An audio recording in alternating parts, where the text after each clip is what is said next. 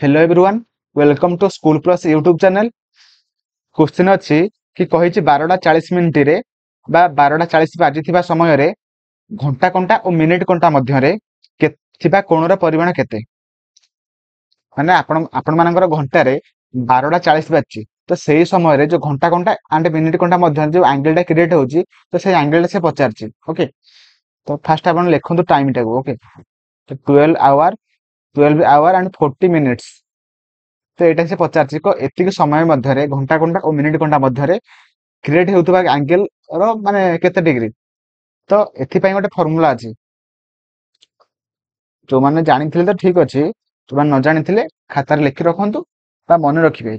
Formula बिना आपण मैंने करेंगे ना ये क्वेश्चन को, बुझिपारे कि ना।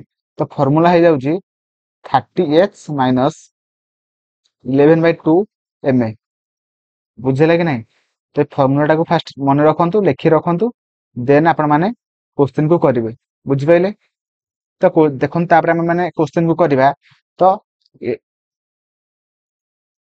30 इंटू एच एच जगह आप पकेबे ना 12टा 12टा पकेबे। 12टा होता आपण मानकर घंटा।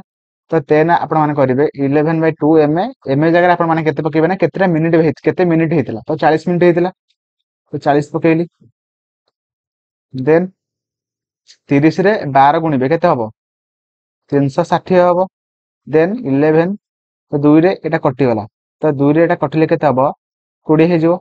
तो 11 इंटू 20 केते हबो कमेंट रे जणातु सांगे सांगे केते हबो 220। बुझेला। देन आपण माने कोन करिवे ना 360 रु 220 को फेडिबे केते हबो 140 हबो।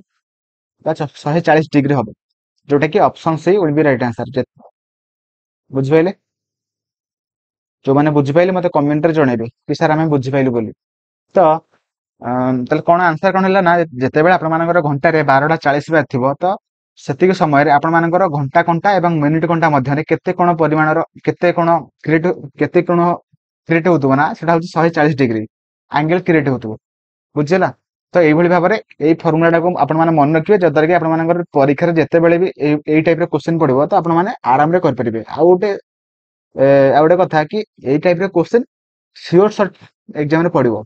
ओके, तो माने ऑलरेडी पढ़ी साथी सब परीक्षा रे, तो आगु को भी मध्यम पड़िबो। ओके, तो फार्मूला टाको आपण माने खाता लिखि रखंतु, वीडियो को लाइक करंतु, सब्सक्राइब करंतु एवं कमेंट पर मते जणांतु आपण मानको वीडियो केमिति लागला। थैंक यू, जय जगन्नाथ।